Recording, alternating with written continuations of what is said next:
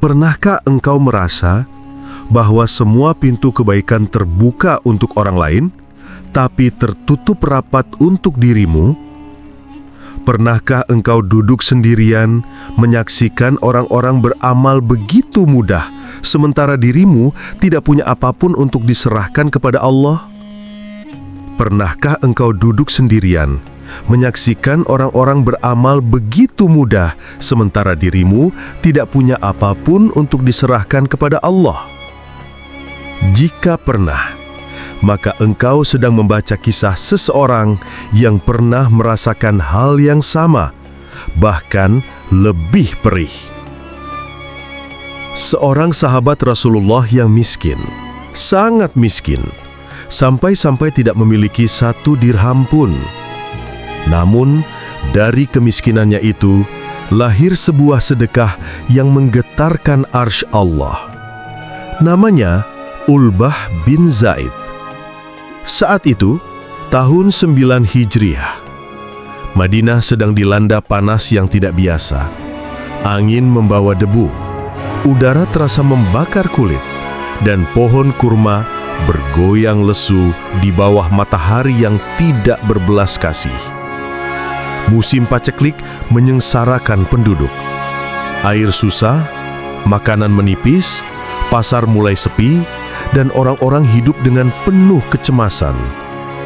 Namun, yang lebih panas daripada cuaca adalah kabar politik yang sedang mengguncangkan seluruh jazirah Arab. Desas-desus beredar. Romawi, kerajaan terkuat di muka bumi, marah besar setelah kekalahan pasukan mereka di Mu'tah. Meski pasukan Muslim hanya berjumlah 3.000 menghadapi 200.000. Rumor menyebar bahwa Romawi sedang menyiapkan serangan balasan yang akan menyapu Syam, bahkan sampai ke Madinah. Ketakutan menjalar.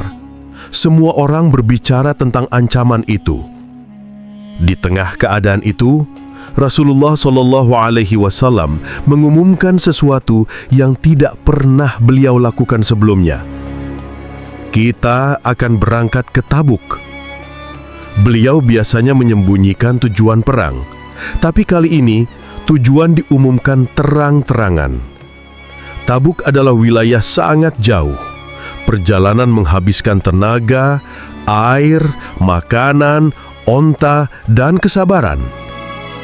Ketika perintah itu menggema, 2 kelompok langsung terlihat sangat jelas. Kelompok pertama, orang-orang munafik yang berkelit. Aduh, panas. Perjalanan terlalu jauh. Apa tidak bisa berangkat nanti saja? Saya takut tergoda wanita Romawi. Mereka mencari alasan, membuat dalih, mencari celah untuk tidak ikut jihad. Salah satunya Ja'ad bin Qais. Dengan wajah dibuat-buat ia berkata, "Wahai Rasulullah, jangan jadikan aku terjerumus fitnah. Aku takut tidak bisa menahan diri bila melihat wanita Romawi." Rasulullah mengizinkannya pergi. Namun, izin itu bukan kemuliaan. Itu adalah penyingkapan. Allah menurunkan ayat, "Ketahuilah, mereka telah terjerumus ke dalam fitnah itu."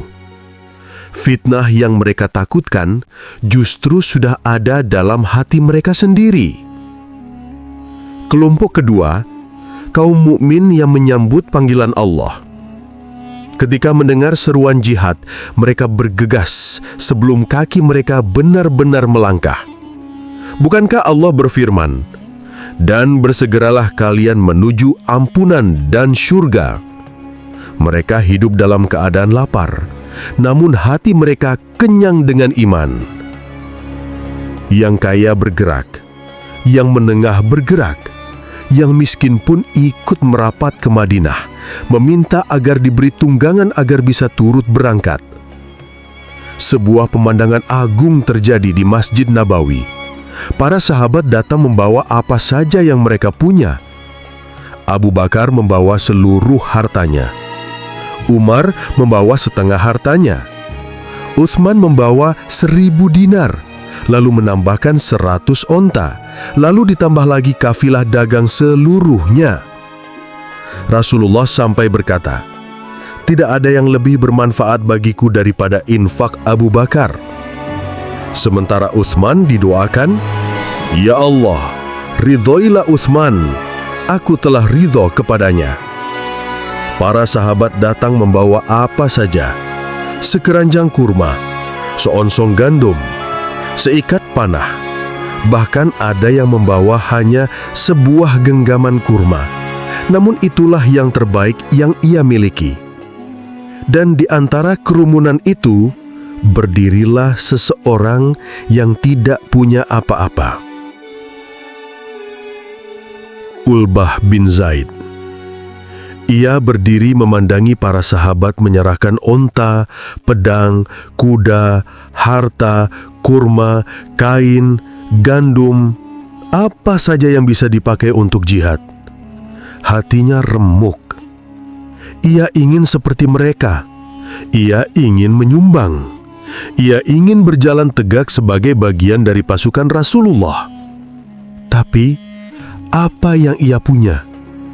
Tidak ada. Tidak satu pun. Bahkan tidak cukup untuk membeli sepotong roti. Ia melihat orang-orang miskin pun membawa kurma seadanya. Ia melihat yang lebih miskin darinya membawa 2 genggam gandum. Ia melihat anak-anak muda menyerahkan panah yang patah. Ia melihat semuanya. Dan ia tidak punya apa-apa. Ia pulang dari masjid menahan getir. Ia berjalan pelan di antara rumah-rumah tanah Madinah yang berdebu. Langkahnya berat seperti menanggung dunia di pundaknya. Manusia lain bersedih karena masalah dunia. Ulbah bersedih karena ia merasa tidak punya alasan untuk masuk surga. Sesampainya di rumah, ia duduk di lantai yang keras memeluk lututnya dan menundukkan kepala. Air matanya jatuh tanpa ia sadari. Ia berbisik pada dirinya sendiri, "Semua orang bersedekah, kecuali aku. Semua orang mencari surga, kecuali aku. Ya Allah, apakah aku tidak layak bersamamu?" Malam turun perlahan. Lampu-lampu minyak mulai padam. Angin gurun menembus celah-celah rumah kecil itu. Namun kegundahan Ulbah tidak ikut reda. Ketika malam makin pekat, Ulbah bangkit. Ia mengambil wudu dengan air yang sangat sedikit. Kemudian ia berdiri untuk mengadukan dirinya kepada Tuhan. Dalam sujudnya ia menangis sebagaimana seorang hamba yang benar-benar merasa tidak punya apapun selain Allah. Dan di tengah kesedihannya itu, sebuah ide tiba-tiba muncul di hatinya.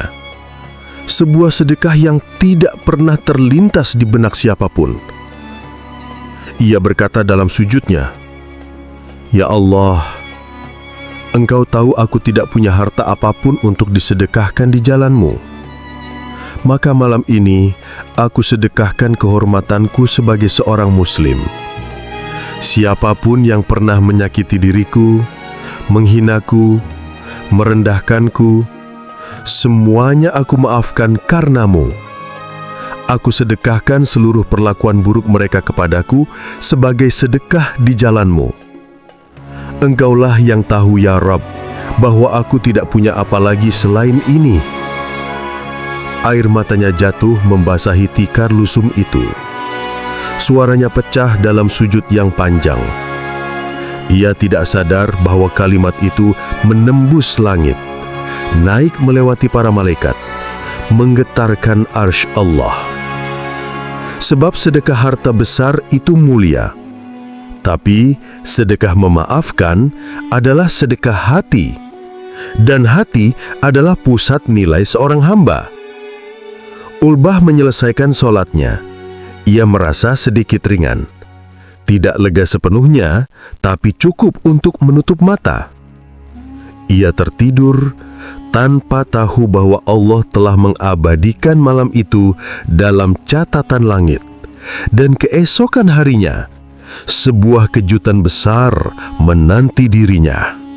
Azan subuh berkumandang. Ulbah berjalan menuju masjid dengan hati yang masih berat. Ia tidak merasa telah melakukan sesuatu yang istimewa. Ia hanya menangis. Ia hanya berdoa. Ia hanya memaafkan orang lain. Apa istimewanya itu? Ia berdiri di saf belakang. Sholat subuh selesai. Para sahabat duduk menunggu nasihat atau perintah Rasulullah SAW. Tiba-tiba, Rasulullah berdiri dan bertanya dengan suara yang membuat seluruh masjid hening. Siapa di antara kalian yang bersedekah tadi malam? Para sahabat saling menatap. Tidak ada yang berdiri. Tidak ada yang merasa bersedekah semalam. Ulbah menunduk. Ia tahu ia tidak punya sedekah yang bisa dibanggakan. Tapi Rasulullah bertanya lagi, siapa yang sedekahnya tadi malam diterima oleh Allah? Jantung Ulbah serasa berhenti. Rasul melangkah melewati jamaah. 1 langkah, lalu 2 langkah. Hingga akhirnya beliau berhenti, tepat di depan Ulbah. Beliau tersenyum dan berkata, "Wahai Ulbah, sedekahmu tadi malam telah diterima oleh Allah." Dan di detik itulah seluruh dunia Ulbah berubah. Ulbah bin Zaid membeku di tempat. Kata-kata Rasulullah seakan tidak bisa ia cerna seketika. Masjid Nabawi terasa hening. Bahkan napas para sahabat terdengar samar-samar. Wahai Ulbah, sedekahmu tadi malam telah diterima oleh Allah. Ucapan itu menghantam dadanya seperti kilat yang menyala di tengah malam pekat. Ia tidak percaya, ia tidak siap. Ia bahkan tidak mengira bahwa sesuatu yang ia lakukan dalam kesunyian, tanpa saksi, tanpa suara, ternyata diketahui oleh penguasa seluruh alam. Tangannya gemetar, dadanya naik turun, tubuhnya melemah seakan lutut tak lagi mampu menopang berat perasaan yang tiba-tiba meledak. Ulbah menatap Rasulullah dengan mata berkaca-kaca dan suara yang bergetar. "Ya Rasulullah, sedekah apa?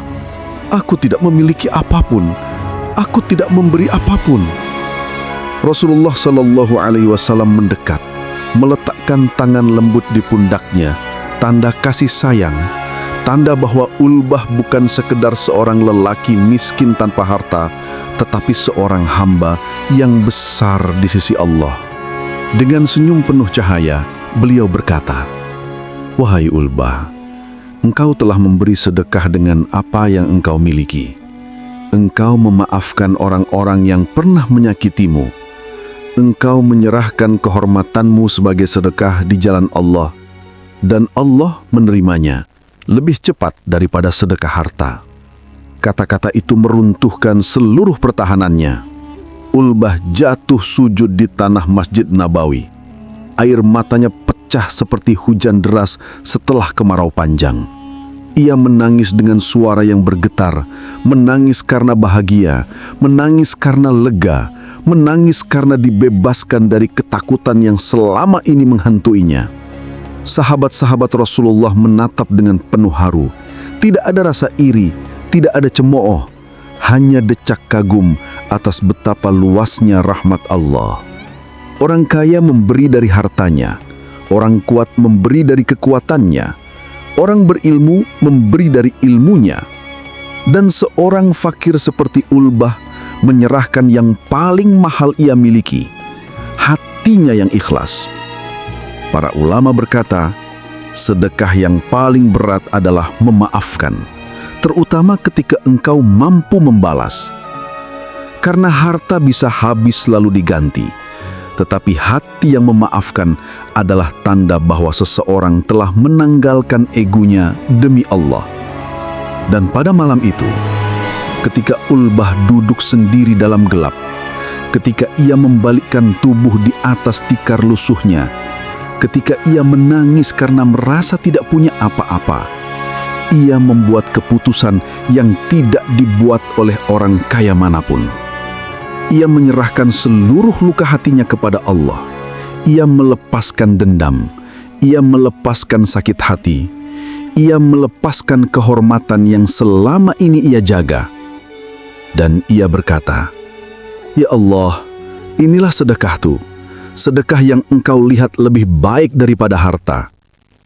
Saat itulah malaikat naik membawa doanya menembus lapisan langit demi lapisan langit hingga mencapai sisi arsy yang paling tinggi.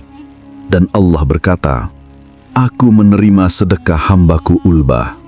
Inilah mengapa kisah ini mengguncang langit, karena sedekah hati jauh lebih murni daripada sedekah harta.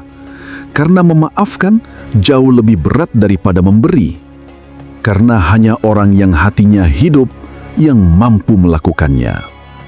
Setelah kabar itu disampaikan, Rasulullah Shallallahu Alaihi Wasallam memanggil beberapa sahabat.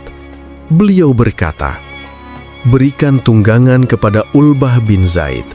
Para sahabat segera mengumpulkan onta yang tersedia. Mereka membawa 6 ekor onta yang kuat untuk perjalanan Tabuk. 1 diberikan untuk Ulbah. Orang yang semalam menangis di tikar lusuhnya kini berdiri tegak bersama pasukan besar umat Islam. Ia kini memiliki onta, perbekalan, dan kehormatan untuk ikut berjihad. Allah memenuhi doanya, bukan karena hartanya, bukan karena kekuatannya, tetapi karena keikhlasannya. Inilah puncak keadilan dan kasih sayang Allah. Tidak ada seorang pun yang dibeda-bedakan kecuali berdasarkan ketulusan hatinya. Ketika Ulbah naik ke punggung ontanya, matanya kembali berkaca-kaca. Bukan karena sedih, tetapi karena merasakan kelembutan Allah yang tidak dapat ia ungkapkan. Ia berkata dalam hatinya, "Ya Allah, aku datang kepadamu dengan apa yang aku bisa. Engkau menerima lebih dari yang aku punya. Engkau memuliakanku lebih dari yang aku harapkan." Ia berangkat bersama pasukan Tabuk, meninggalkan Madinah dengan langkah yang ringan karena hatinya telah dibersihkan oleh malam penuh air mata itu. Kisah Ulbah adalah kisah orang miskin yang tidak punya apa-apa kecuali hati yang mencintai Allah. Dan itu sudah cukup. Karena Allah tidak meminta banyak, Allah hanya meminta kejujuran, rasa takut, rasa cinta, dan kesediaan untuk menyerahkan urusan kepadanya. Ulbah mengajarkan kepada kita bahwa yang paling penting bukanlah apa yang kita berikan, tetapi bagaimana kita memberikannya. Jika keikhlasanmu tulus, Allah akan menerima sedekahmu bahkan sebelum engkau selesai mengucapkannya. Jika doamu dipenuhi air mata, Allah akan mendekatkan rahmat-Nya bahkan sebelum engkau bangun dari sujud. Dan jika hatimu merasa kecil, ingatlah bahwa Allah Maha Besar. Cukuplah engkau membawa hati yang jujur, Allah akan melakukan sisanya. Ya Allah, siapapun yang mendengarkan kisah ini, lapangkanlah hatinya seperti Engkau melapangkan hati Ulbah bin Zaid. Terimalah sedekah kecil mereka, amalan mereka, air mata mereka, bahkan niat baik mereka yang belum sempat terwujud. Jadikan setiap ujian mereka jalan menuju ampunan-Mu. Jadikan setiap kesedihan mereka sebab datangnya pertolongan-Mu. Dan jadikan setiap langkah mereka saksi cinta-Mu kepada mereka. Amin ya Rabbal Alamin.